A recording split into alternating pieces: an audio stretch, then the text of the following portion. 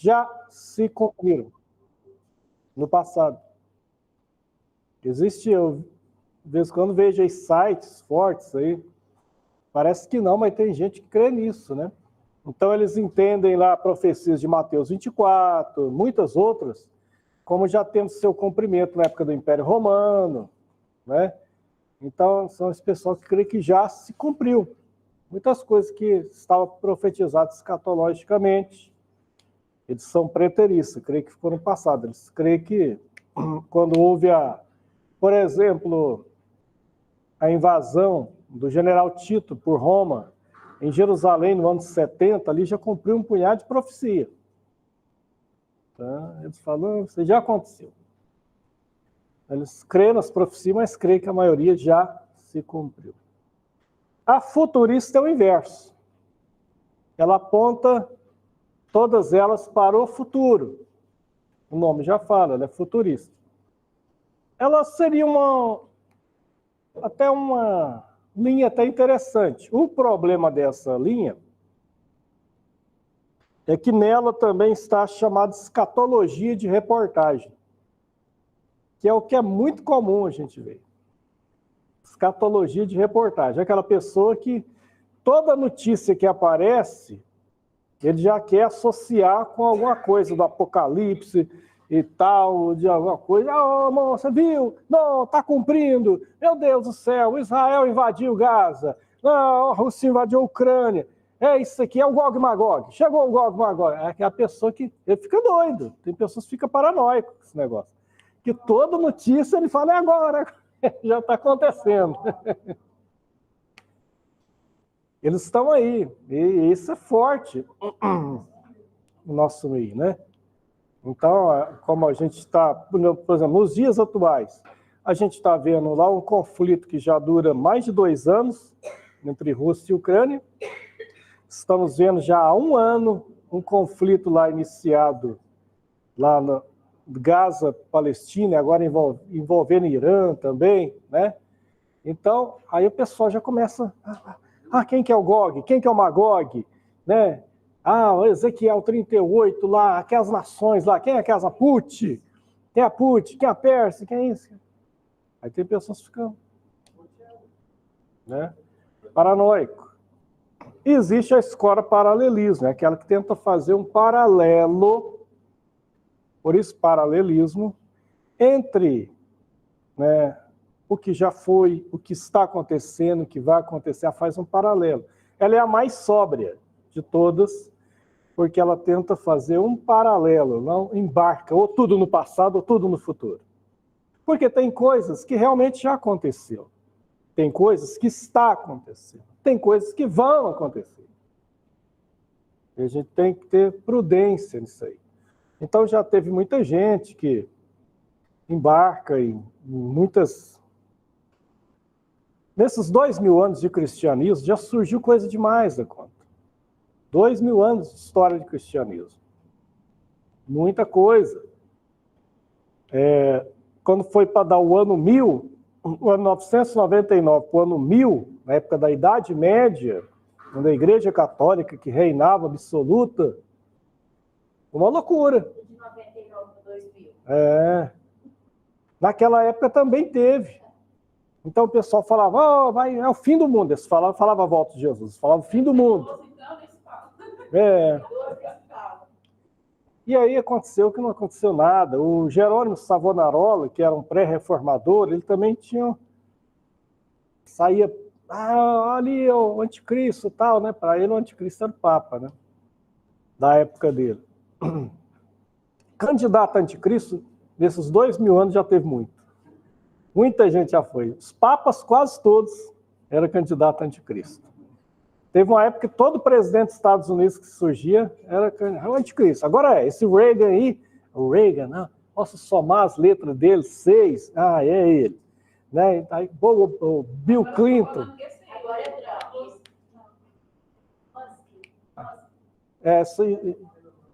Era uma loucura. Todo presidente que surgia nos Estados Unidos, todo presidente que surgia na ex-União Soviética, era na época, né, da Guerra Fria. Então, pessoal ficava... É a escatologia da reportagem, né? Em 1992 foi lançada a moeda do euro. Ah, e pronto. Agora. É o Império Romano que está sendo reunificado. Esse euro aí, é o Império Romano que está renascendo das cinzas. Agora é a volta de Jesus mesmo. Agora vai surgir o anticristo aí. 1992, 93.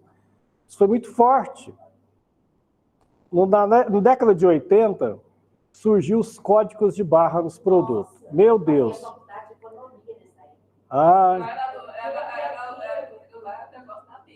Não, o povo faltou enlouquecer na época. Ah, irmãos, eu lembro, né? Agora, olha lá. O Imalgo, ele era o líder da Chamada da Meia-Noite, né? É uma organização, né, que tem no mundo inteiro e a sede é em Porto Alegre, no Rio Grande do Sul. Eles editam 2 revistas, muita gente. Eu já fui assinante, parei de ser, mas eu tenho uma época assinada. Chamada da Meia-Noite e Notícias de Israel. É o pessoal. E o Imalgo, ele já faleceu tem muito tempo. E o Imalgo lançou na década de 80 um livro, né, O Controle Total. E na capa do livro era um código de barra. Que era o código de barra que estava saindo. Na hora e tal. Tentava fazer aquelas contas com jeitinho que pode. O pessoal tentava ficar quebrando cabeça com os números, ver se dava o número da besta. Não foi nada, não. Então foi o código de barra, foi ao surgimento da União Europeia, que foi uma paranoia tremenda, a Guerra do Golfo, 1991, quando o Iraque, Saddam Hussein invadiu o Kuwait, e os Estados Unidos entrou. Era uma loucura aquela época. 1990, 91. Saddam Hussein, esse homem é o anticristo. É o Saddam mesmo. Na época da guerra Irã-Iraque, tinha o Ayatollah Khomeini, ele também foi candidato a anticristo. Teve um livro, lá em 1997, 98, já mais próximo da gente, coisa de 27 anos atrás, 26, o Tim LaHaye, aqui, pronuncia Tim LaHaye, mas ele é famoso, né? Mas, na verdade, escreve como se fosse Tim LaHaye, né? Esse aqui... Quem já leu o livro dele? Hã? Ele começou a vida ministerial dele, né, escrevendo livros para casais. O mais famoso dele, da década de 80, ajudou, inclusive, muitos casais. O Ato Conjugal. Né? Então, ele era envolvia mais na psicologia de casais, de ajuda a casais. Ele, a esposa dele. Aí ele também entrou na área de psicologia cristã. Não sei quantos já leram. Ele escreveu Os 4 Temperamentos, Os Temperamentos Transformados. É um livro famoso, né, em que ele fala que todo mundo tem 4 temperamentos e tal, né? Então, ele ficava muito nessa área. Até que nos anos 90 ele muda e vai para a área escatológica. E aí ele lança os famosos livros, uma série, Deixados para Trás. É o que vendeu milhões, tornou best-seller no mundo inteiro, depois virou filme, virou série, virou uma loucura. Ele, né? Tim LaHaye. Só que o Tim LaHaye escreveu um livro em 97, 98, eu tenho esse livro. Estamos nos últimos dias, uma coisa assim. E aí, capa azul, olha só, ele falava o seguinte, isso em 97, Saddam Hussein era vivo. Ainda não tinha, Estados Unidos não tinha feito aquela primeira invasão, até o primeiro ataque lá com Bush pai, lá libertando o Kuwait. Mas Saddam Hussein tinha muito mistério sobre ele. Então ele escreveu um livro e falou, olha, o Iraque e a Babilônia antiga. Até aí tudo bem, que realmente a região ali da Mesopotâmia é onde hoje é o Iraque. Onde ficava a Síria, depois Babilônia. E o Saddam Hussein, eu acho que ele é o anticristo. Aí falava assim, ó, ele está reconstruindo a cidade da Babilônia, secretamente. Ele falou, ele afirma isso no livro. Em 2003, o Bush filho invade o Iraque, depois de invadir o Afeganistão, eles matam Saddam Hussein e vasculha, destrói o Iraque quase todo, e lá o mundo inteiro viu que não tinha nenhuma Babilônia reconstruída. Ou tinha lá reinador na maionese. Mas ele não foi o único, né? Foi muita gente. Os livros dele, aí o pessoal fica lá, oh, tal, né? Então, a escatologia de reportagem sempre houve, né? Quando foi para 1999? Pô, ano 2000, sim, teve a paranoia, o bug do milênio, agora 2000. E sempre o pessoal, com Israel, então, aí a confusão é grande. E quando Israel se tornou Estado em 1948, surgiu grupos teológicos, né, dispensacionalistas, né, e alguns do chamado avivamento do tempo seródio. Teve isso aí. Eles falavam o seguinte, que tinha a questão das primeiras chuvas e as últimas chuvas. Então, as últimas chuvas, a chuva seródia. Estava acontecendo agora que Israel estava voltando, a figueira está florescendo, né? E aí foi uma loucura também, né? Então, toda a guerra que tinha... Quando Israel se tornou nação em 1948, ele já se tornou nação enfrentando uma guerra com as nações vizinhas, que não queriam. 8 anos depois, em 1956, outra guerra, a guerra pelo Canal de Suez. 1967, a mais famosa delas, a Guerra dos 6 Dias, né? Quando ele enfrentou 4 nações lá, e ganhou. 1973, outra guerra famosa, a Guerra de Yom Kippur, ou Yom Kippur, que o Egito atacou Israel assim, no dia do perdão, né? E aí Israel foi pego de surpresa, mas conseguiu retaliar. As nações árabes, então, que comandavam a OPEP, a Organização dos Países Produtores e Exportadores de Petróleo, em retaliação ao apoio de muitas nações a Israel, levanta o preço do petróleo e dá uma crise mundial, a crise do petróleo, nos anos 70 e 80, por causa dessa guerra.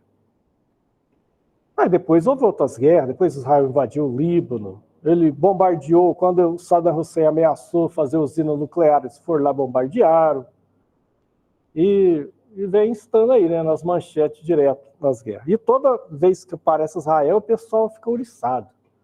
Aí surge pastores já pregando, e surgem umas irmãs profetizando e tal, e vira aquele negócio. Essa é a escatologia de reportagem. Agora você pensa bem, imagina quem viveu na época, no ano, está lendo História Eclesiástica, né? Foi escrito 300 anos depois de Cristo. 100 anos depois dele, no ano 400 e pouco, surgiu Átila o Huno, que era um bárbaro. O Império Romano tinha se dividido em 2, o Império Romano do Ocidente e do Oriente. O Átila, que tem até filme, você vê sobre ele, o Átila, ele era terrível, ele montou um exército formidável e invadiu os 2 impérios. Ele era chamado Flagelo de Deus. O povo, na época, já pensou que era o apocalipse que estava acontecendo, que era a besta que tinha chegado. Era o Átila o Huno. Depois teve o Gengis Khan, na Idade Média, que dominou um império enorme, um mongol, né? Império Mongol. Aí depois veio os árabes otomanos, que tomam Constantinopla em 1453. E fizeram um império enorme também, o povo pensava. Quando Napoleão Bonaparte surgiu na França, no século XVIII, o povo já pensou, é o anticristo. Ele dominando o mundo inteiro, na Europa inteira, Napoleão Bonaparte. É o anticristo. A história da Primeira Guerra Mundial, 1914 a 1918. Os Testemunhos de Jeová, o líder dos Testemunhos de Jeová, o fundador, Charles Sturgeon Russell, o Testemunho de Jeová é uma seita, não tem 200 anos, né? Surgiu em 1879, Sociedade Torre de Vigia. O Russell era um camarada, foi criado na igreja presbiteriana, depois ele passou para Adventista, que a Adventista estava surgindo naquela época, e depois ele tinha medo do inferno. E aí ele criou uma religião que não tem inferno. Simples, né? Não tem inferno. O inferno é a sepultura, é o Sheol. E ele inventou de entrar na área de escatologia também. E ele profetizou que em 1914 ia começar um reino de paz, um milênio na Terra.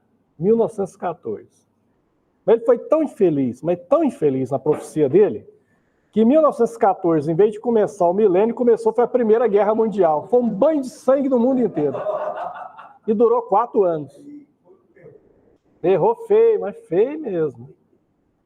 O Guilherme Miller, que foi um dos fundadores da Igreja Adventista, assim, do movimento depois ele saiu e ficou a Ellen White no comando.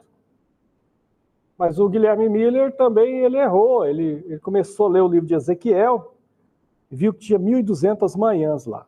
Aí foi ler o livro de Daniel, viu 70 semanas de Daniel.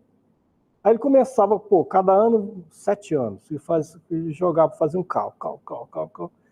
Aí tá, 70, desde a restauração do templo até o ungido. Então a hora que terminou o templo de 445, mais tantos anos, até a época de Jesus, e foi fazendo cálculo. Aí no final das contas ele falou, cheguei, eureka, achei. Jesus vai voltar em 1843. Você acha que... não, mas ninguém deu bola para isso. Não deu? Juntou 100 mil pessoas nos Estados Unidos. 100 mil. Ele mostrava lá, olha aqui, isso aqui eu concluí 7 anos daqui e tal. Então, aí falou, aí o pessoal reuniu, acreditou. Tinha gente que vendeu até propriedade. Jesus está voltando mesmo, que eu vou ficar com essa casa aqui, vou vender isso aqui.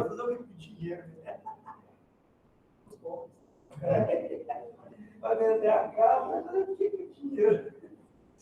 1843 chegou e Jesus não veio. Aí ele pegou e falou, calcula daqui, calcula dali. Falou, errei por um ano. Não é 1843, é 1844, é o ano que vem. E o povo esperou. 1844, nada. Aí ele se retirou. Ele teve a hombridade de falar, olha, gente, eu me equivoquei. Eu achei que podia calcular a volta de Jesus. Isso aí não dá, não. Mas a Ellen White, que se dizia profetisa, junto com o marido dela e outras pessoas, falou o quê? Tem 100 mil pessoas aqui. Aí eles falaram, gente, é o seguinte, lá depois que o Guilherme Miller saiu, eles assumiram, falaram, não. Jesus não veio em 1844 aqui na Terra, mas em 1844 Jesus veio no céu e fez a purificação do santuário celestial lá. Isso está na doutrina adventista até hoje. Professor, eu tenho um colega de trabalho, ele me relatou que na época tinha 17 anos, os pais, de cara falou, meu filho, você precisa dar aula mais não. Aí ele parou de estudar, aí o pai perdeu as coisas. Graças a Deus que ele conseguiu ver a vida dele. Quando eu era adolescente, jovem, eu tenho muitos anos, estou na igreja, e todos eles na Assembleia de Deus, nunca mudei de ministério. E era comum, quando eu era adolescente, jovem, muitos irmãos, irmãs, às vezes até no púlpito, chegar pegando e falar, gente, jovem, precisa estudar não. Jesus está voltando. A gente tem que ganhar alma. Não, negócio de faculdade o quê? Muita gente não estudou. Não é que eu não cria na volta de Jesus, não. Eu sempre crio, mas esse negócio aí eu falei, gente, mas isso aí... Eu toda a vida fui estudante da Bíblia, né? Desde o início, né? Então, sempre... Aí eu falei, não via dar as dúvidas, enquanto ele não vem, eu vou estudando, né? E eu fui na contramão do pessoal da época. Eu continuei estudando, não parei. Tempos depois, os que pararam falaram,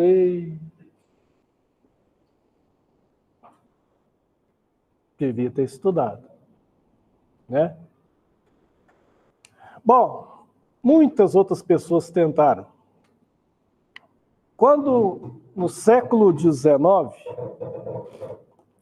o século XIX foi uma época muito fértil para a questão escatológica. Surgiu o Guilherme Miller, surgiu a Ellen White, o Charles Taze Russell, dos Testemunhos de Jeová, o Joseph Smith, dos Mormons. Foi uma época que surgiu muitas igrejas, muita coisa. Mas surgiu também a seguinte linha de pensamento.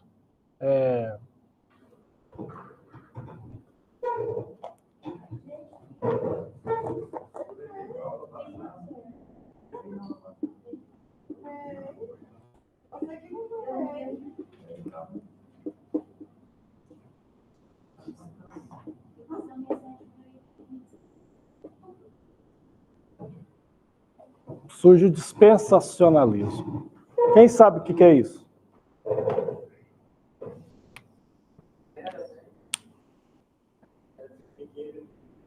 Tem pé por 3 anos e meio de vestibulação, depois de Jesus veio, né?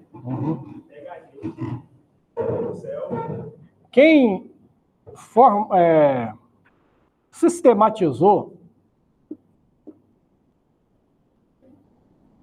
sistematizou que, na verdade, as primeiras ideias dispensacionalistas surgiram antes, mas quem sistematizou essa linha de pensamento foi esse homem aqui, J. Darby. Mas ela foi se tornar popularmente conhecida através do seguidor dele, que editou uma Bíblia com notas de rodapé. E nessa nota de rodapé estava a Bíblia Scofield. Popularizou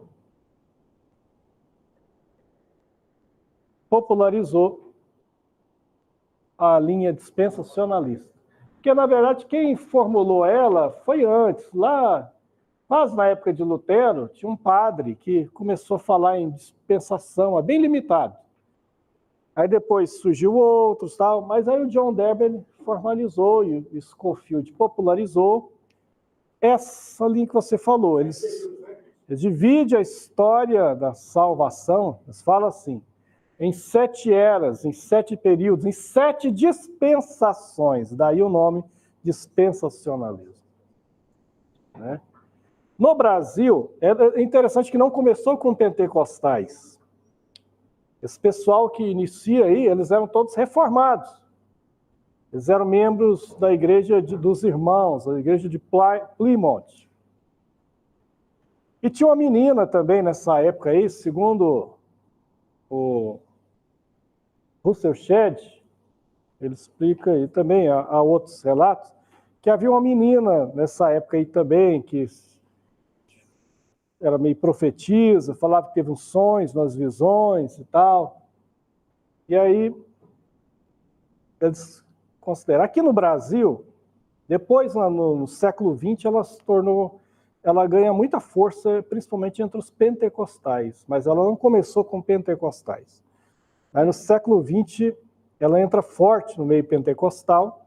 Aqui no Brasil, na Assembleia de Deus, quem ajudou muito a popularizar ela foi o pastor Lawrence Olson, né? Lawrence Olson. Ele publicou um livro chamado Plano Divino através dos Séculos.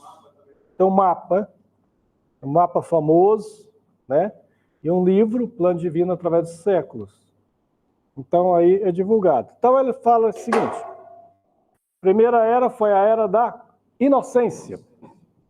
Né? Vou escrever.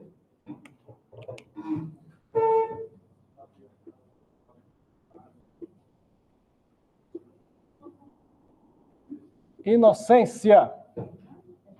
Segunda era, consciência.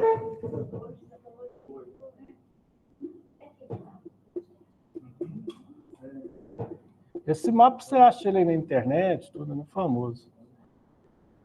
Inocência, consciência. Terceira, governo humano.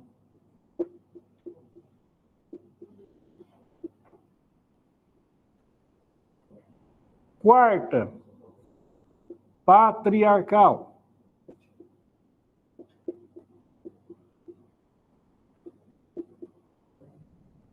Quinta, lei. Sexta, graça.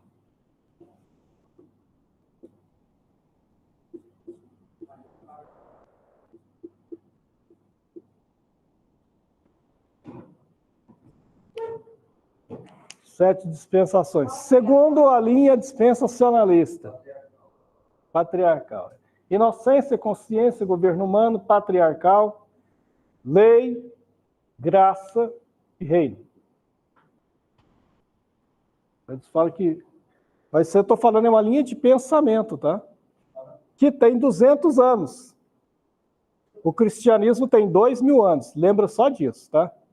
O cristianismo tem 2.000 anos. Essa linha de pensamento tem 200 anos. Que ela foi sistematizada. Um pouco antes, houve alguns proponentes, de forma limitada, que foram propondo alguma coisa, mas que sistematizou mesmo, foi o Derby.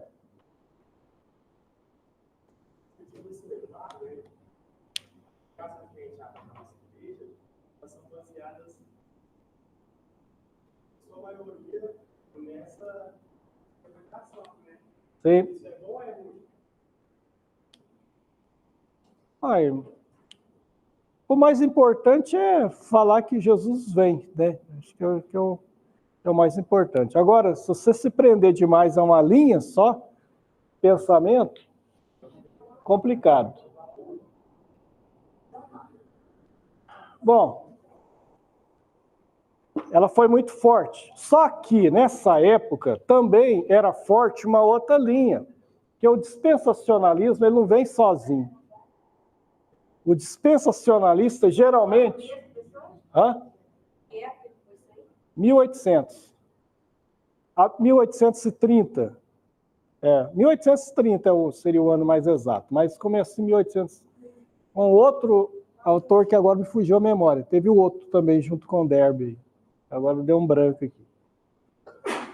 Bom, quando se fala em escatologia, na verdade, existem 3 linhas de pensamento principais que estão relacionadas a eventos escatológicos. Elas se dividem quanto a eventos, né? Então, na escatologia tem um evento muito importante chamado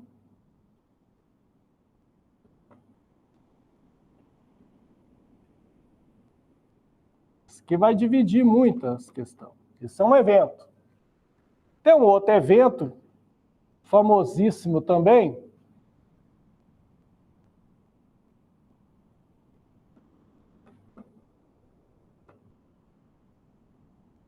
que é a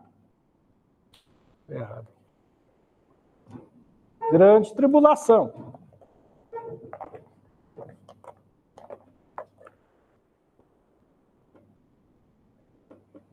E outro evento que divide também a escatologia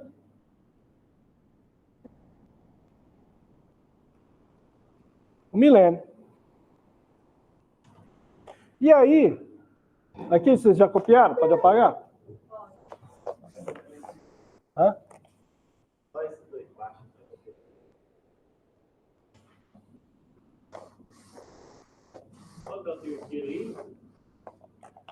Ali? Hã? Governo humano. É, governo humano.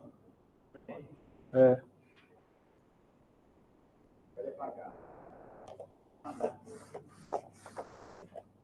Esses 3 eventos praticamente é o que faz mais que o pessoal mais se divide para interpretar eles. Então, começar de baixo para frente. O milênio. Vocês vão ver uma linha que chama milenista.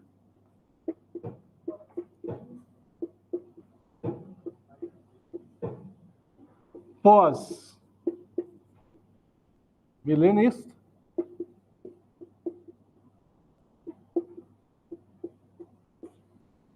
e a pré. Né? Isso em relação ao milênio. Esse pessoal aqui está dizendo o seguinte: a vinda do Senhor é após o milênio.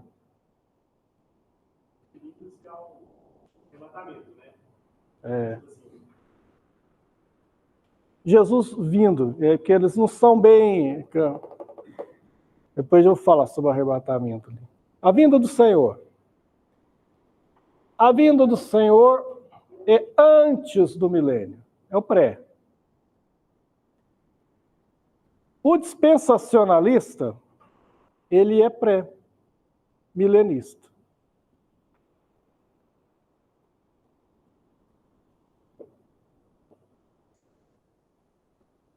O dispensacionalista, ele é pré-milenista. Mas aí entra esses outros dois eventos. Esses dois eventos vão delimitar mais 3 linhas em relação a arrebatamento e grande tribulação,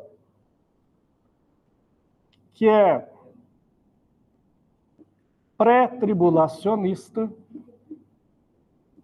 Os dois eventos vão estar aqui.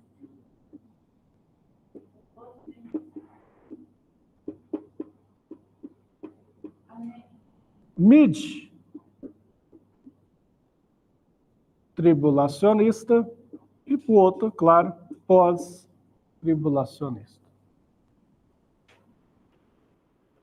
O dispensacionalista, além dele ser pré-milenista, ele também é pré-tribulacionista. Eles foram amarrando. É por isso que no mapinha do plano divino através dos séculos, tá lá. Eu lembro muito do Napoleão Falcão pregar. Eu lembro de LP dele, né? Tinha LP, na época dos discos. E ele pregar mesmo, até aqui em Uberlândia mesmo, várias vezes que vi aqui. Primeira vinda do Senhor é para a igreja. A segunda vinda do Senhor é com a igreja. Muitas vezes vi Napoleão pregar isso.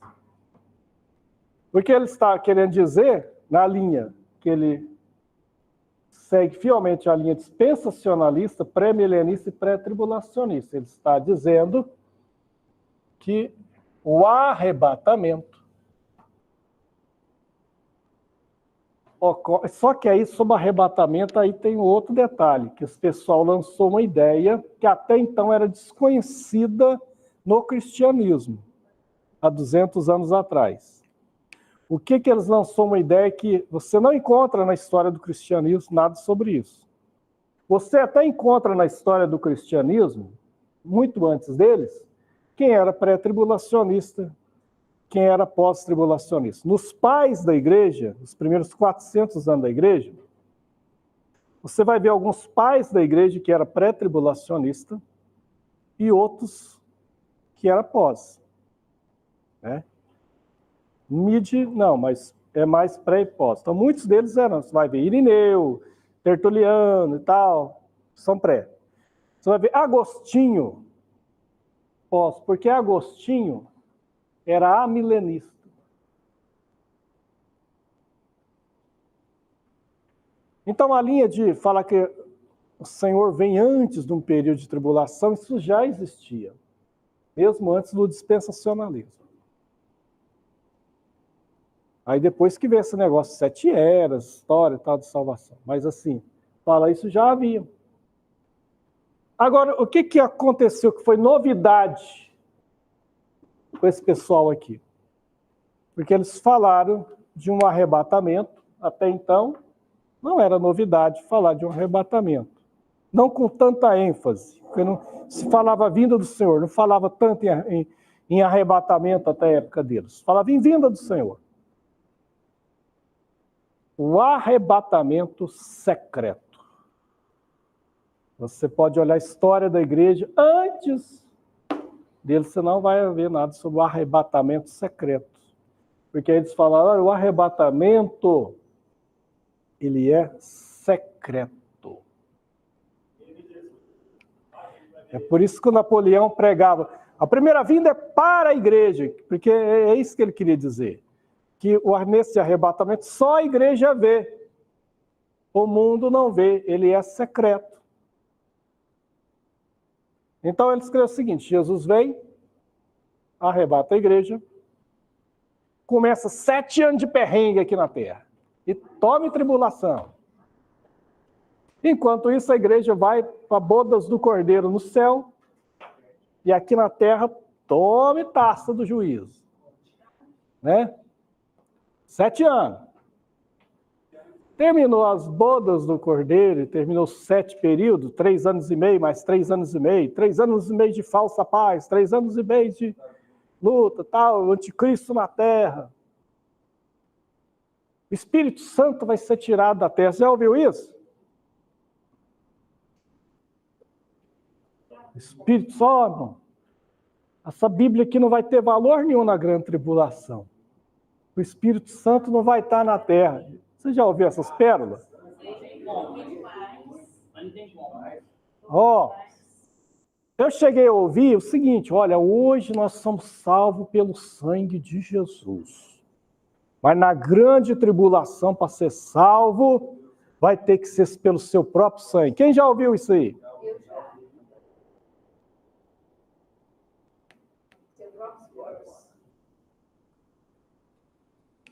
Hoje, dentro do próprio dispensacionalismo,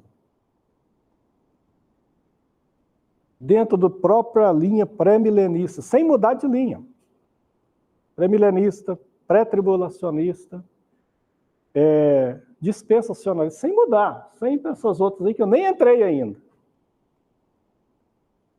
Isso aí foi revisto. Você pode ver os últimos escritos do próprio Antônio Gilberto. Você pode ver os maiores teólogos pentecostais que existem hoje nos Estados Unidos.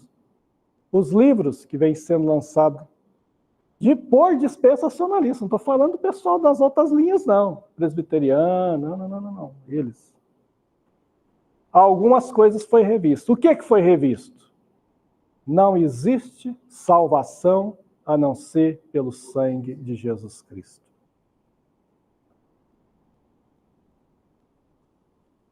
O Espírito Santo é Deus, é onipresente, ele não sai, abandona. Haverá salvação na grande tribulação. E para haver salvação, só é possível, segundo o próprio Senhor Jesus, em João capítulo 16, se tiver o Espírito que convence do pecado, da justiça e do juízo. Quem que é esse Espírito? As 2 testemunhas vão fazer milagres na terra. Eles vão fazer milagre com o poder de quem? Viu? Isso aí foi sendo revisto. Caiu por terra. Esse pensamento, pastor, de Espírito Santo ser tirado, é baseado naquela passagem da Tessalonicenses, Paulo diz: já teve que o detém seja tirado. Essa é a passagem mais controversa que tem nos escritos paulinos. E dificílimo de interpretar. Então, tem gente que interpreta isso, mas o próprio Paulo não deu uma explicação quem que era esse que o detém. Ele, enigmaticamente, ele fala que os irmãos de Tessalônica conheciam, mas não dá explicação. Se fosse o Espírito Santo, como Paulo falou sobre o Espírito Santo tantas vezes, ele falaria que é o Espírito Santo sem ficar rodeando e falando dos mistérios. Olha, o Espírito Santo que o detém, mas ele não fala, ele só fala aquele que o detém. Então, alguns pensam que foi a lei romana, que era o próprio Império Romano. Há inúmeras interpretações. E ele fala, vocês conhecem. Mas o fato é que não tem lógica, não tem base bíblica. O Espírito Santo estava na terra na criação, esteve na terra durante o Velho Testamento, esteve durante o ministério de Jesus e vai estar até o final. Não existe salvação sem ele, o Espírito Santo, aplicar a salvação no coração da pessoa. Não existe essa salvação. Mas não seria, pastor? Hã? Você não tem o Espírito Santo na grande. Tem o Espírito Santo, é isso que eu estou falando. Isso aí foi bobagem que falaram. Mas não seria a expressão de não haver o Espírito Santo pelo fato dele não agir como convenceu? Eles tentam falar isso, né? Ah, não, é a atuação dele. Mas ele vai atuar, ué. Ele vai atuar, vai ter salvação, vai ter milagres. Mas vai ser mais difícil, né? No caso aí, pastor, a ação do Espírito Santo não vai ser visitando igual no Antigo Testamento, não. Ele vai estar ou ele vai visitar? Pode ser. Aí eu até concordo. Isso, porque no Velho Testamento ele visitava. Hoje ele habita. Aí eu até concordo, né? Mas não dizer que ele vai sair da terra, aí é um absurdo, né? Ele é Deus. Pelo que eu já entendi, tudo é isso, que ele sobe para a igreja e depois ele visita. Ele é Deus, ele é onipresente, né? A pessoa tem que pôr na cabeça, Espírito Santo é Deus. É a terceira pessoa da Trindade. Porque não abandona o ser humano, né? Não tem como. Se ele criou, ele não iria abandonar. Eu disse. Pastor, Aí até que é aceitável, eu né? entendi. Se o Espírito Santo, ele vai, supostamente, ele vai habitar, ele vai visitar, então, ele não vai estar na terra. Ele vai visitar. Se for. No Antigo Testamento ele estava na terra. ele estava na terra, ele só ia visitar Porque ele é Deus. Não só por isso. Era o Espírito Santo que atuava na natureza, que atuava sobre as pessoas. Isaías 63 fala que era o Espírito Santo que estava no meio do povo de Israel. O livro de Isaías fala o Espírito do Senhor, o Espírito Santo chega a dizer com essas palavras. Isaías 63, pode olhar lá.